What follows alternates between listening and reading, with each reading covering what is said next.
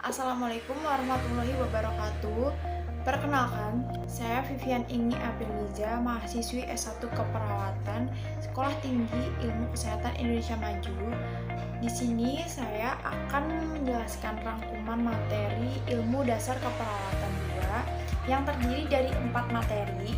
Nah, yang pertama ada gangguan keseimbangan asam basa, yang kedua ada penyembuhan luka, yang ketiga ada prinsip obat, dan yang terakhir ada farmakologi dasar. Nah, langsung aja di sini saya akan menjelaskan materi yang pertama, yaitu gangguan keseimbangan asam basa. Nah, keasaman atau kebasaan suatu larutan tergantung dari ion hidrogen yang ada di dalamnya. Peningkatan kadar ion hidrogen akan menurunkan pH sehingga larutan lebih asam. Peningkatan kadar ion hidrogen akibat penambahan basa ke dalam plasma akan menambah pH. Nah, asam atau asid adalah ion hidrogen di suatu cairan. Nah, disebut asam apabila mampu melepaskan atau menyumbang ion hidrogen. Contohnya pada HCl. Nah, HCl adalah asam karena dapat memberikan ion hidrogen. Kemudian basa. Basa adalah ion hidroksida. Suatu cairan bersifat basa apabila sanggup menerima ion hidrogen. Contohnya pada NaOH. Nah, NaOH adalah basa karena dapat menerima ion hidrogen. Kemudian ada faktor-faktor yang mempengaruhi asam basa, yaitu pemberian asam melalui makanan, penambahan secara endogen dari hasil metabolisme atau laktat. Kemudian ada penambahan secara endogen yang tidak fisiologis, ada pengeluaran asam atau basa oleh ginjal dan usus, pengeluaran asam karbonat atau H2CO3 oleh paru-paru, ada pembentukan asam dalam jumlah besar oleh sel-sel lambung. Nah, kemudian ada macam-macam gangguan keseimbangan asam basa. Ada 6 jenis kelainan yang dapat timbul, yaitu ada asidosis respiratorik, alkalosis respiratorik, asidosis metabolik, alkalosis metabolik, asidosis respiratorik, dan metabolik secara bersamaan. Kemudian yang terakhir ada alkalosis respiratorik dan metabolik bersamaan. Nah, asidosis respiratorik adalah peningkatan asam karbonat. Hal ini berhubungan dengan peningkatan CO2 dalam plasma akibat berkurangnya ventilasi. Kemudian ada alkalosis respiratorik atau defisit asam karbonat.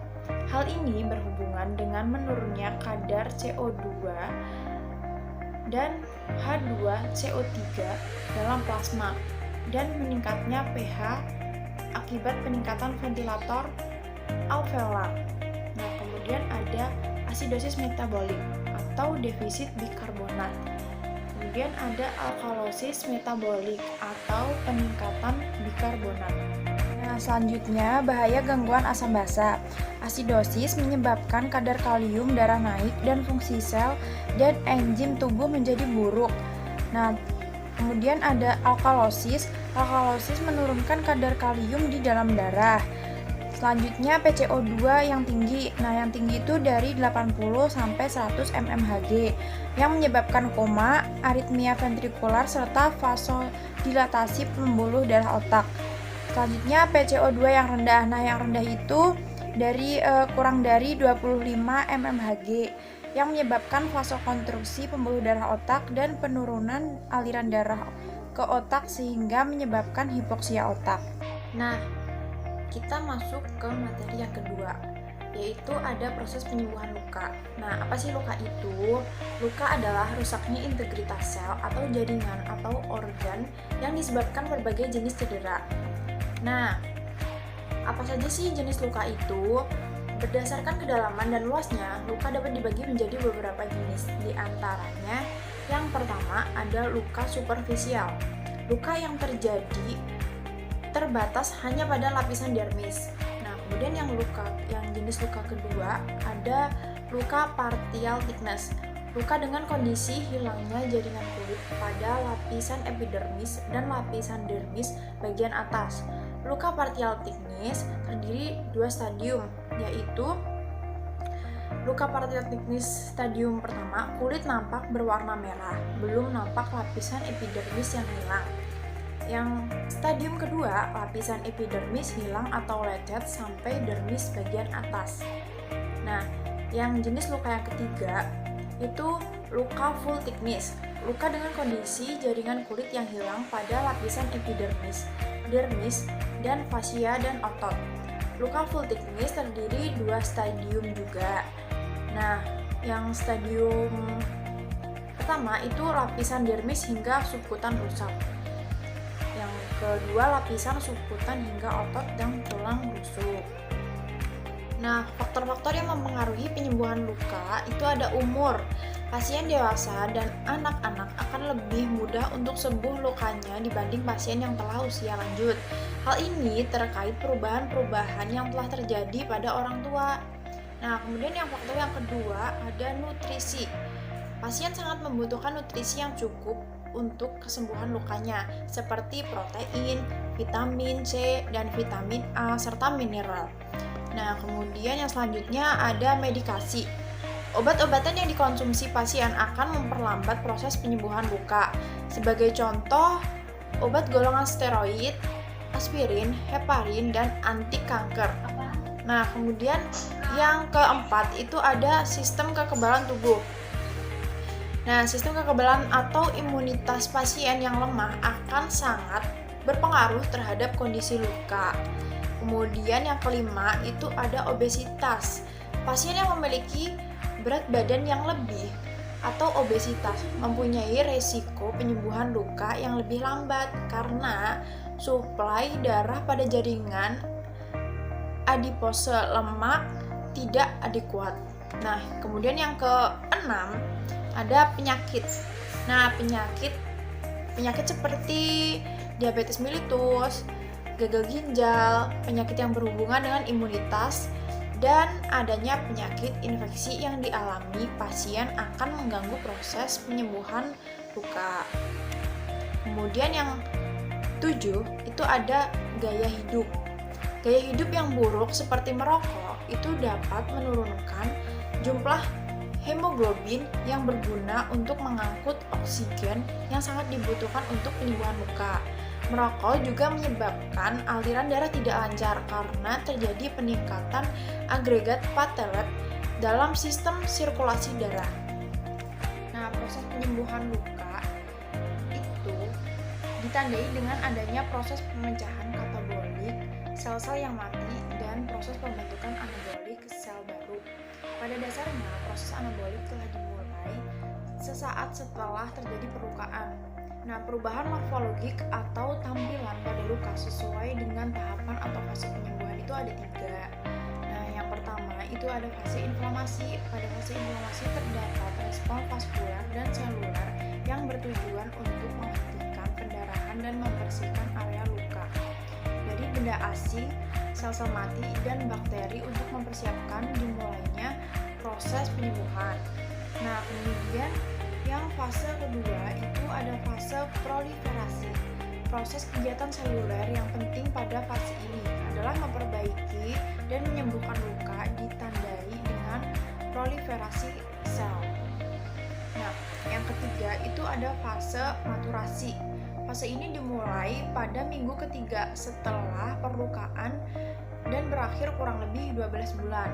Tujuan dari fase maturasi ini adalah menyempurnakan terbentuknya jaringan baru menjadi jaringan penyembuhan yang kuat dan bermutu. Nah, kemudian kita masuk ke materi yang ketiga, yaitu prinsip obat. Nah, klasifikasi prinsip obat itu ada yang pertama ada melalui mulut, peroral, sublingual. Terus yang kedua itu ada melalui suntikan atau parental. Ada intrakutan, subkutan, intramuskular, dan intravena. Nah, kemudian ada rektal, kemudian ada intravaginal, dan yang terakhir itu ada obat luar. Yang pertama kan ada peroral. Nah, peroral itu pemberian obat melalui mulut. Cara ini adalah cara yang paling umum atau cara yang paling biasa digunakan dengan tujuan mencegah, mengobati, mengurangi rasa sakit sesuai dengan efek terapi dari jenis obat. Nah, keuntungannya itu ada praktis, aman, dan ekonomis. Kelemahannya itu efek yang timbul biasanya lambat, tidak akan efektif jika pengguna sering muntah-muntah. Terus tuh kurang disukai juga karena yang rasanya pahit. Terus iritasi pada saluran cerna. Nah, terus ada parental. Parental itu pemberian obat tanpa melalui mulut atau tanpa melalui saluran pencernaan, tapi langsung ke pembuluh darah. Keuntungannya itu efek timbul lebih cepat dan teratur, dapat diberikan pada penderita yang tidak kooperatif, tidak sadar dan muntah-muntah. Terus sangat berguna dalam keadaan emergensi atau darurat gitu. Nah, terus kelemahannya itu dibutuhkan kondisi asepsis, menimbulkan rasa nyeri, tidak ekonomis, ada rasa nyeri atau perih pada saat dimasukkan obat. Nah, di sini tuh meliputi 4, yaitu ada intrakutan atau biasa disebut IC. Terus ada subkutan, biasa disebut dengan SC. Terus ada intramuskular atau IM. Terus yang terakhir itu ada intravena atau IV. Nah, terus ada intrakutan. Nah, intrakutan ini pemberian obat ke dalam lapisan dermal kulit tepat di bawah epidermis. Nah, pemberian IC secara umum dilakukan di daerah lengan, tangan bagian ventral. Prinsipnya memasukkan obat ke dalam jaringan kulit. Nah, IC itu biasa digunakan untuk mengetahui sensitivitas tubuh terhadap obat yang akan disuntikan untuk menghindarkan pasien dari efek alergi obat. Tuh, untuk menentukan diagnosa untuk penyakit tertentu, misal tuberkulin test gitu. Nah, kemudian itu ada subkutan atau SC. Ini adalah pemberian obat melalui suntikan ke arah bawah kulit, yaitu pada jaringan kognitif atau lemak di bawah dermis. Nah, jenis obat yang lazim diberikan secara SC itu ada 5. Yang pertama itu ada vaksin, obat-obatan preoperasi, heparin, narkotik, insulin. Kemudian ada intramuskular atau IM. Ini tuh cara memasukkan obat ke dalam jaringan otot atau muskulus yang memiliki tujuan pemberian obat dengan absorpsi lebih cepat dibandingkan SC. Nah, lokasi penyuntikan ini tuh di daerah paha, posisi berbaring, posisi tengkurap atau lengan atas. Nah, kemudian ada intravena atau IV. Pemberian obat dengan cara memasukkan langsung ke dalam pembuluh darah vena sehingga obat langsung masuk ke dalam sirkulasi darah. Tujuannya memasukkan obat secara cepat, mempercepat penyerapan obat.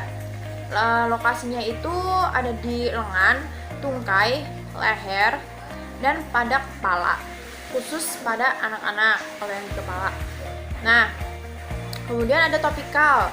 Topikal ini adalah pemberian obat yang bersifat lokal, misal tetes mata, salep, tetes telinga, dan lain sebagainya. Nah, selanjutnya itu ada inhalasi. Terapi inhalasi merupakan suatu teknik pengobatan penting dalam proses pengobatan penyakit respiratorik atau saluran pernapasan akut dan kronik. Nah, penumpukan mukus di dalam saluran napas, peradangan, dan pengecilan saluran pernapasan ketika serangan asma dapat dikurangi secara cepat dan dengan obat dan teknik penggunaan inhaler yang sesuai. Nah, definisi dari terapi inhalasi ini adalah pemberian obat ke dalam saluran nafas dengan cara inhalasi. Terapi inhalasi ini juga dapat diartikan sebagai suatu pengobatan yang ditujukan untuk mengembalikan perubahan patofisiologi pertukaran gas sistem kardiopulmoner ke arah yang normal, seperti dengan menggunakan respirator atau alat penghasil aerosol. Nah, selanjutnya kita masuk ke prinsip benar obat. Nah, prinsip benar obat itu kan ada 6. Yang pertama ada benar pasien, benar obat, benar dosis, benar rute atau cara, benar waktu, dan yang terakhir itu benar dokumentasi. Nah, benar pasien itu maksudnya apa sih? Nah, sebelum memberikan obat, cek kembali identitas pasien, seperti misalnya ditanya nama, tanggal lahir, seperti itu. Kemudian ada benar obat. Nah, sebelum memberikan obat kepada pasien, label pada botol atau kemasan harus diperiksa minimal 3 kali agar obat yang diberikan itu benar atau sesuai. Terus yang ketiga itu ada benar dosis. Nah, sebelum memberikan obat, perawat harus memeriksa dosis obat dengan hati-hati dan teliti. Jika ragu, perawat harus berkonsultasi dengan dokter atau apoteker sebelum dilanjutkan ke pasien. Terus yang keempat itu ada benar cara. Nah, ada banyak cara dalam memberikan obat. Perawat harus teliti dan berhati-hati agar tidak terjadi kesalahan dalam pemberian obat. Terus yang kelima itu ada benar waktu. Nah, ketepatan waktu sangat penting khususnya bagi obat yang efektivitas tergantung untuk mencapai atau mempertahankan darah yang memadai. Ada beberapa obat yang diminum sesudah atau sebelum makan. Juga dalam pemberian antibiotik tidak boleh diberikan bersamaan dengan susu, seperti itu. Terus yang terakhir itu ada benar dokumentasi. Nah, setelah obat itu diberikan, kita harus mendokumentasi dosis, rute, atau cara, terus waktu, dan oleh siapa obat itu diberikan. Nah, jika pasien menolak pemberian obat, maka harus didokumentasikan juga dengan alasan pasien, kenapa dia itu menolak pemberian obat tersebut gitu. Nah, kita masuk ke materi yang terakhir, yaitu ada farmakologi dasar. Nah, farmakologi ini berasal dari bahasa Yunani pharmakon, yang berarti obat atau ilmu yang mempelajari tentang obat. Nah, ada fase sebelum obat digunakan, yaitu fase biofarmasi, dan ada juga fase setelah obat digunakan, yaitu fase farmakokinetik dan fase farmakodinamik. Nah, obat itu adalah racun, namun dalam takaran atau dosis yang dapat mencegah penyakit, mengobati penyakit. Nah, pengujian obat ini ada in silico, in vitro, in vivo, uji klinis 1-4, toksikologi, atau minimum effect concentration. Nah, prinsip-prinsip terapeutik, keamanan, dan efikasi pengobatan. Nah, dosis yang diberikan kepada anak atau dewasa atau kepada orang tua itu berapa kali sehari. Nah, itu tuh tergantung dari efek terapi yang diharapkan. Nah, rute pemberian itu tadi ada oral, ada IV, ada IM, sublingual, okular, nasal, optik, inhalasi, transdermal, vagina, dubur, seperti yang saya sudah jelaskan sebelumnya tadi. Nah, efeknya itu ada lokal atau sistemik, sebelum atau sesudah makan. Nah, regulasi obat itu ada 4. Yang pertama itu ada obat keras, atau narkotik psikotropika. Yang kedua itu ada obat bebas terbatas, dan yang ketiga itu ada obat bebas, dan yang keempat itu ada obat tradisional seperti jamu, OHT, fitofarmaka. Nah, kemudian ada antiinflamasi. Nah, inflamasi itu merupakan suatu respon vaskular dan seluler dari jaringan terhadap benda asing atau agen biologis. Ciri rubor atau kemerahan, kalor atau panas, tumor atau bengkak, dolor atau rasa sakit, dan fungsi jaringan atau organ terganggu. Nah, kemudian ada anti-infeksi. Nah, anti-infeksi ini yaitu golongan obat untuk mengatasi masalah infeksi. Infeksi itu bisa dari bakteri, virus, dan jamur. Nah, antibakteri disebut antibiotik, beda dengan antivirus dan anti jamur. Nah, selanjutnya itu ada obat gangguan sistem pencernaan. Nah, luka yang muncul pada dinding lambung akibat terkikisnya lapisan dinding lambung. Menghindari makanan pedas dan makan tiap 2-3 jam karena waktu pengosongan lambung. Nah, penyakit kronik pada sistem pencernaan. GERD terjadi ketika asam lambung naik kembali ke esofagus atau kerongkongan.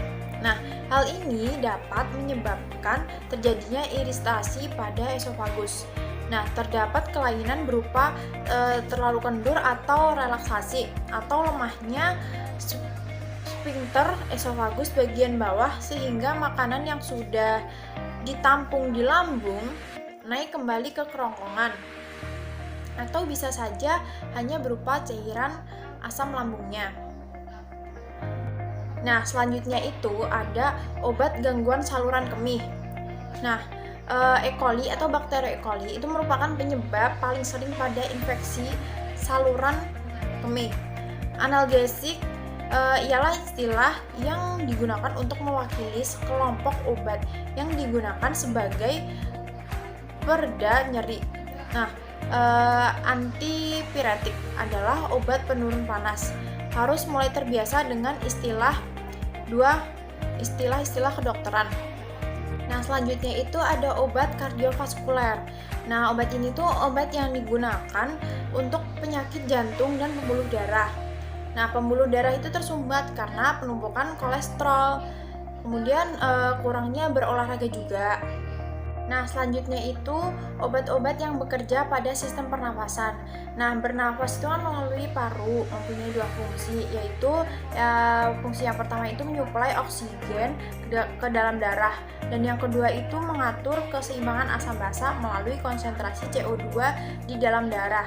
Nah, sejumlah gangguan dapat mempengaruhi pernapasan dengan cara tertentu sehingga pengambilan oksigen dan pelepasan karbon dioksida yang mencukupi tidak dapat dijamin lagi. Nah, infeksi saluran pernafasan. Nah, tanda-tanda klinis dari infeksi saluran pernafasan ini kan ada 5.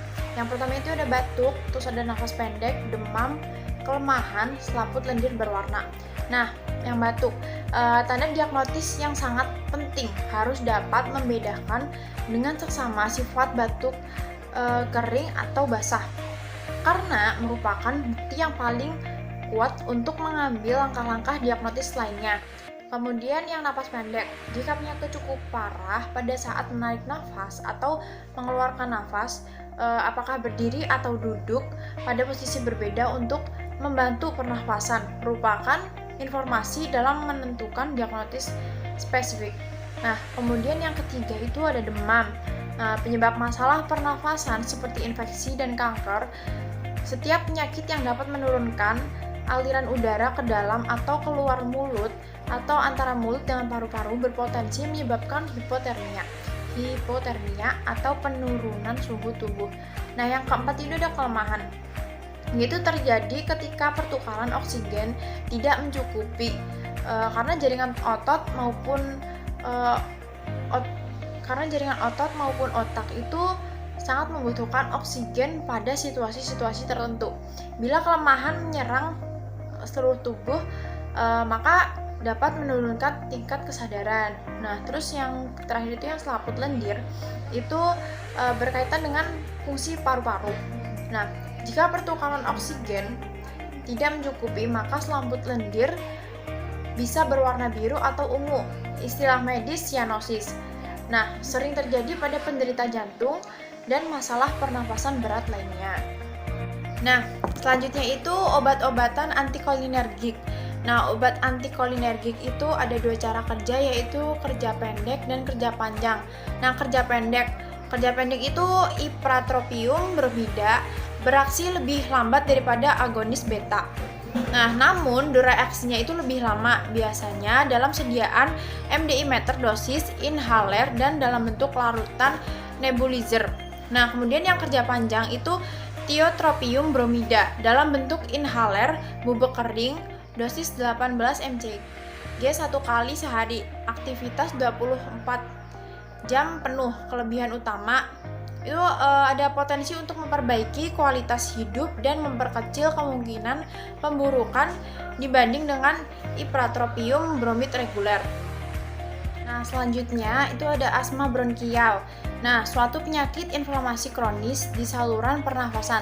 Terdapat banyak sel-sel induk, eosinofil, T-limfosit, neutropil, dan sel-sel epitel.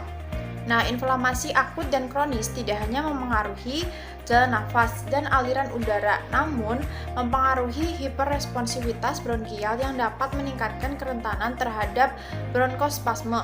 Nah, patofisiologi, inflamasi penebalan membran dasar dan pemahaman tentang perubahan bentuk jalan nafas dan dalam kaitannya dengan aliran udara non-reversible hipersekresi Lander dapat menghambat jalan nafas. Nah, terapi inhalasi, efek farmakologi dapat segera karena obat langsung bekerja di sasaran tanpa perlu menjalani sirkulasi sistemik hidung, trachea, bronkus, bronkiolus, dan alveolus. Nah, selanjutnya itu ada sistem saraf. Sistem saraf menerima rangsangan dari seluruh tubuh dan mengarahkan fungsi tubuh dengan mempengaruhi aktivitas otot dan fungsi saraf otonom seperti tonus vaskular, sekresi keringat. Nah, sinyal sensorik mempengaruhi fungsi saraf otonom dan motorik dalam berbagai cara melalui refleks dan berbagai hubungan yang kompleks. Nah, gangguan sistem saraf dapat memiliki berbagai penyebab seperti kelainan genetik, degeneratif, tumor, trauma, pendarahan, iskemia, gangguan metabolik, atau hipoglikemik, hiperglikemik, uremia, gagal hati, gangguan endokrin. Nah, penyebabnya itu obat-obatan, toksin, radiasi, inflamasi, infeksi, penyakit autoimun, dan prion. Nah, kemudian gangguan fungsional dapat bersifat reversibel apabila kerusakan tidak lagi efektif. Lesi dapat menyebabkan kerusakan neuron yang irreversibel. Selain menyebabkan kematian sel dengan merusaknya secara langsung nekrosis, apoptosis, pada orang dewasa neuron tidak dapat diperbarui lagi. Nah, zat berbahaya harus melewati sawar darah otak jika ingin mencapai neuron di SSP.